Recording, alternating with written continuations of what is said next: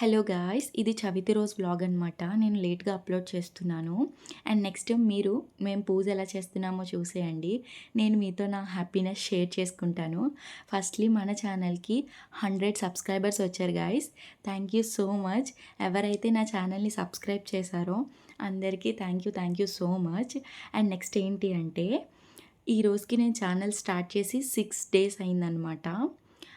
Actually నేను November fifth start చేశాను. కానీ 7థ్ నుంచి వీడియోస్ అప్‌లోడ్ చేస్తున్నాను.